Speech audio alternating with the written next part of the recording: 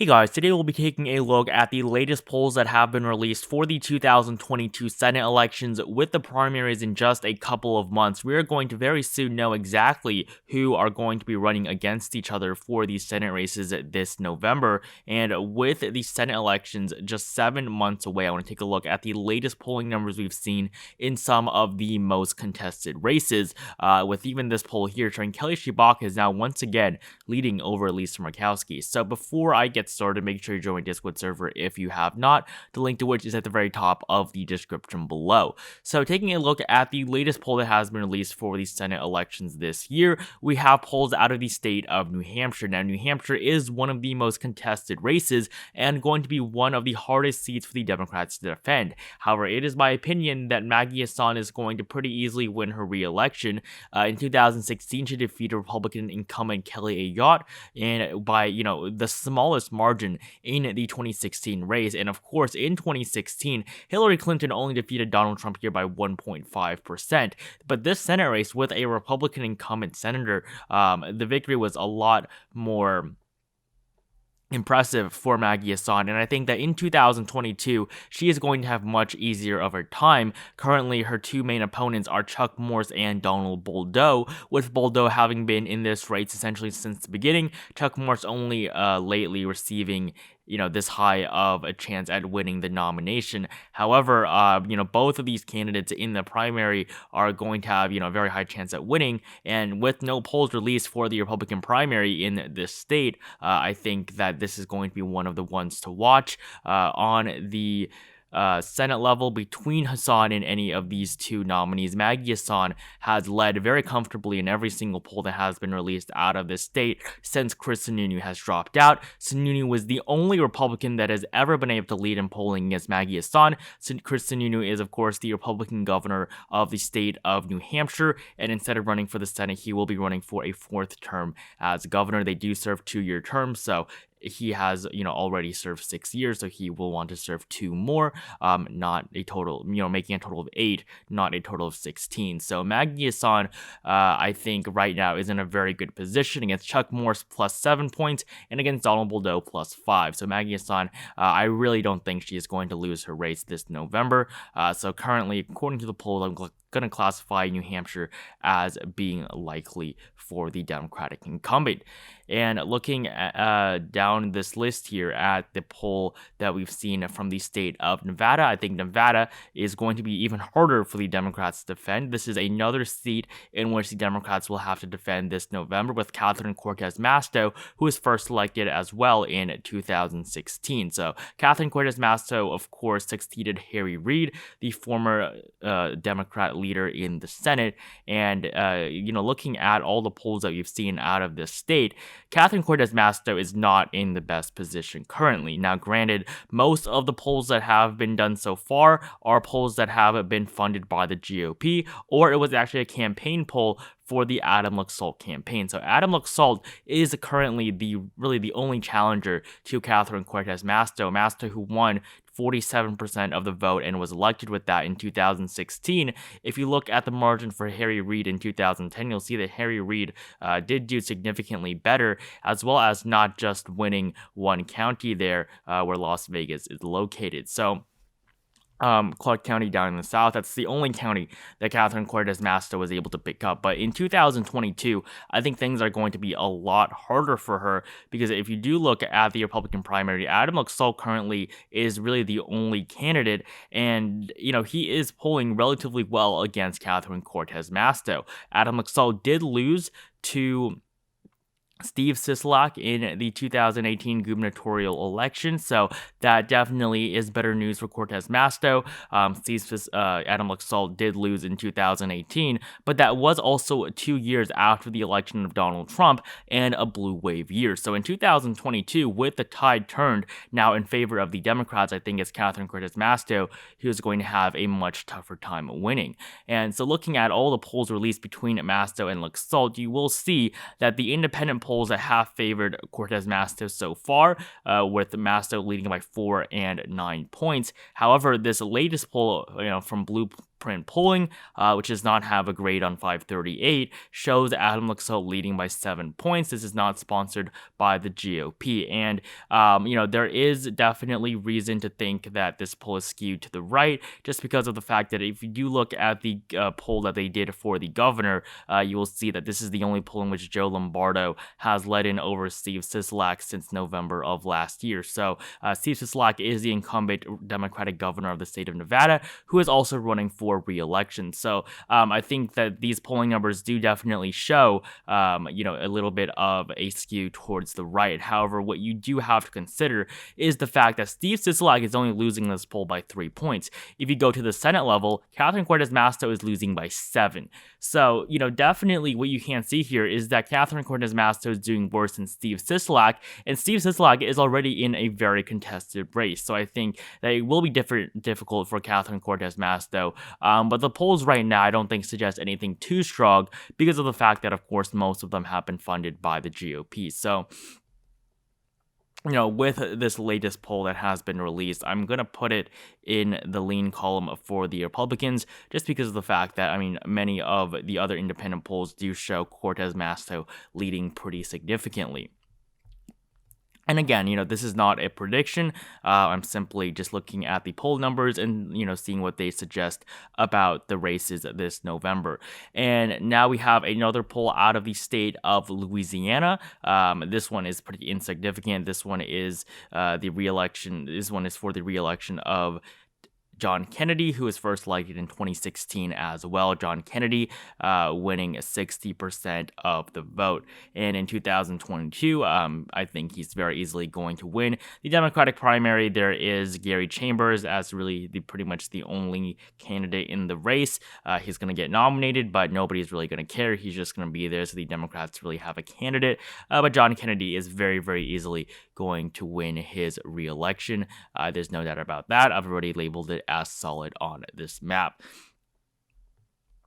We also have a poll out of the state of Utah. I think Utah is becoming one of the more surprisingly contested races, with Mike Lee currently not having a majority in his state because of the fact that Evan McMullin is now running against him. Evan McMullin is, of course, the independent who ran in 2016 in the presidential election and was able to garner a pretty significant amount of votes for a true independent. Evan McMullin also won his largest share of votes in the state of Utah, where I believe he was able to break double digits, I think almost 20% in 2016. So Evan McMullin, that's why he's running in Utah. He does have a pretty good chance at this race. The first poll that was released after McMullin joined this race showed Lee up just 10 points against Evan McMullin. The second one, this other poll here with Schmidt as the Democratic nominee, showed Lee plus 13. However, this latest poll does show Lee up 24 points against McMullin. But, we still have quite a few months until the actual election. So in 2016, Mike Lee was elected to the Senate, re-elected to the Senate. He was first elected in 2010 to replace Bob Bennett. But in 2016, Mike Lee won 68% of the vote. So again, Democrats just nominate a candidate, so, they have someone there. But in 2022, many Democrats do not want to nominate anyone.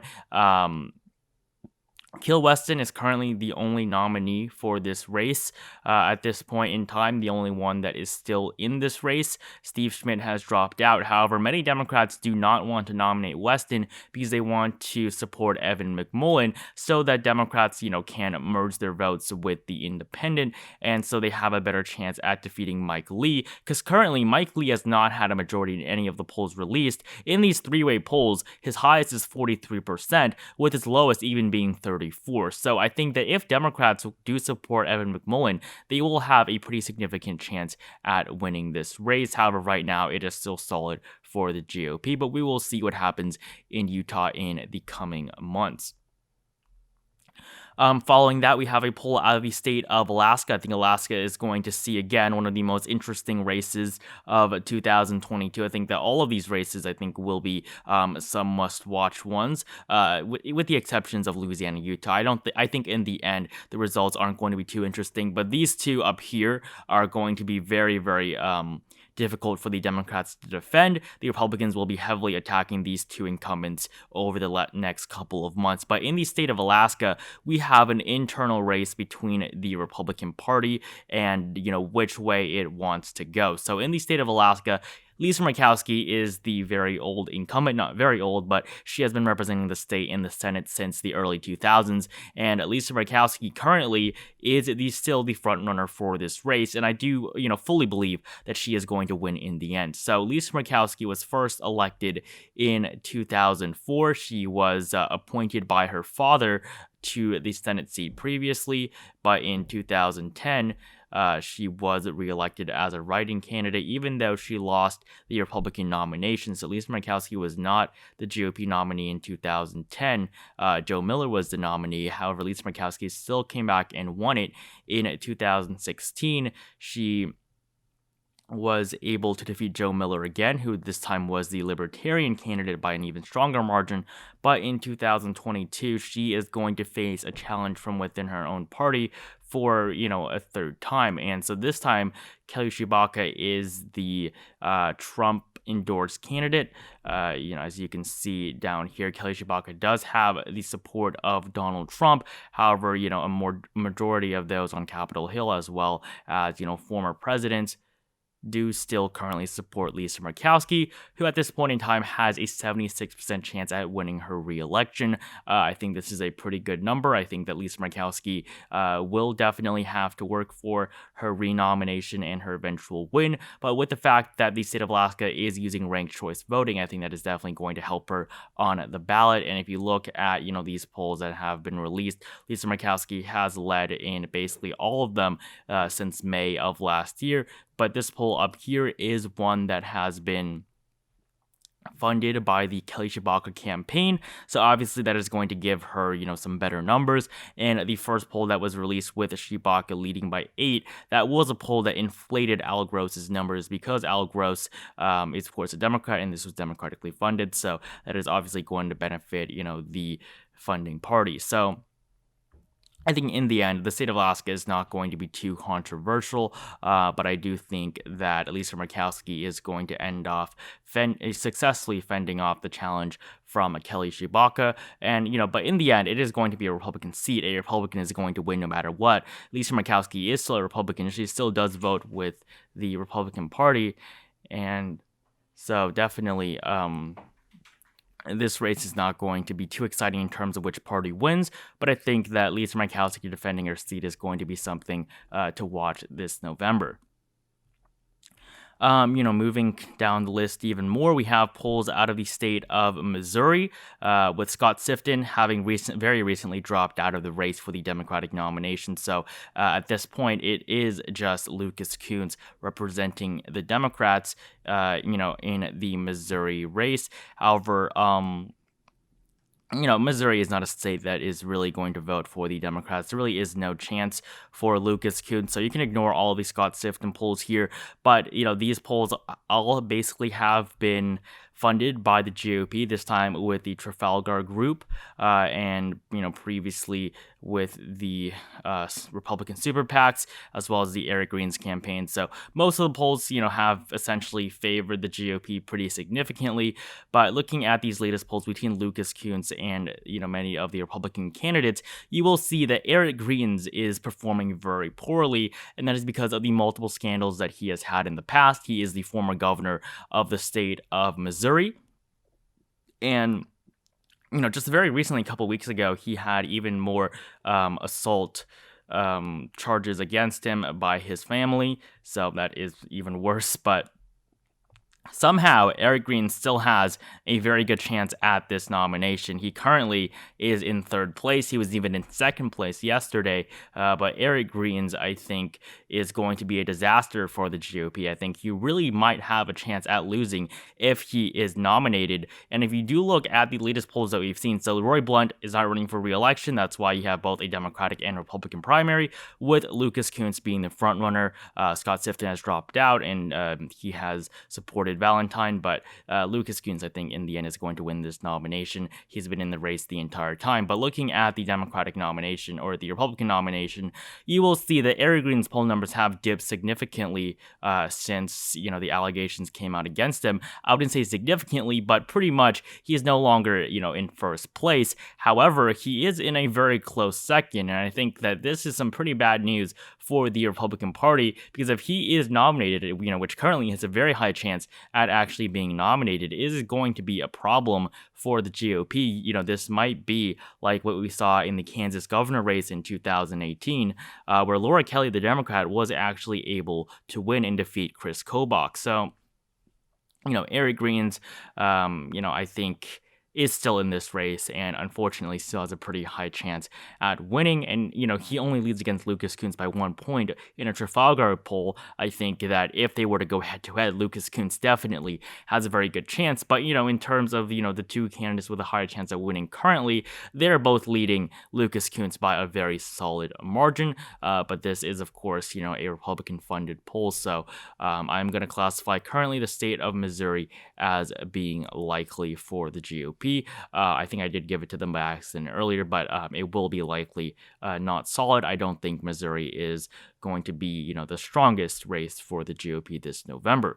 And we have a few more polls to look at. We also have a couple new polls from Florida, with Marco Rubio, of course, once again destroying Val Demings. It's been the same the entire time. I don't think Marco Rubio really has any chance of losing his re-election to a third term in 2022. The Democrats are, of course, going to nominate Val Demings. She basically has like a 90% chance at winning the nomination. There really is not going to be anyone else. But in the state of Florida, Marco Rubio is currently polling very, very well. If you do look at the latest polls that have been released, yeah, basically, Marco Rubio has been leading double digits in most of them, very high single digits in the other ones. I really don't think that Val Demings has any sort of chance in this race currently. I don't think she should drop out, but there's really nothing to expect from her. And finally, the last poll that we've seen since the last time I covered the polls is this one in the state of Georgia. This is, again, one of the very tough races the Democrats are going to have to defend. The state of Georgia with Raphael Warnock as the Democratic incumbent. Just looking at the numbers here in the state of Georgia, Walker has led in the last 3 polls. These are all independent pollsters. The last poll Warnock led in was in January of this year, one of them. Before that, it was last November. So Herschel Walker currently is polling a lot better.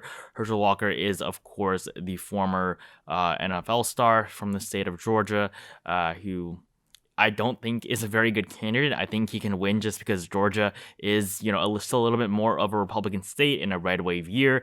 And the fact that Warnock won on some pretty special circumstances, with basically the balance of power in the Senate relying on that one race after Joe Biden won it on the presidential election. So the runoff race, definitely was good for Warnock, because I think that if there wasn't a runoff, and if it was just him against Loeffler in the first race, one of them would win the majority. And I do think that would have been Kelly Loeffler. But with that runoff after Joe Biden won the state of Georgia in the presidential election, and with them needing the Senate, that definitely did help Warnock a lot. But in 2022, he is not going to have that kind of momentum. And Herschel Walker, as the frontrunner, he currently has a 61% chance at winning this race and unseating Raphael Warnock, who will only have been able to serve for 2 years in the Senate. So currently, the state of Georgia, I'm also going to classify as lean for the Republicans, at least based on the polls that we have seen so far. So thank you guys so much for watching this video. Today we covered the latest polls that we have seen from the 2022 Senate elections. I think that many of them are going to be, ones to watch, especially the races in Georgia, as well as New Hampshire and Nevada. So thank you guys so much for watching this video. Make sure you like it down below if you enjoyed it. Comment down below how you think these candidates will do this November. Make sure you join my Discord server if you have not. Link at the very top of the description below. Subscribe to my channel if you haven't, and I will see you guys in the next video.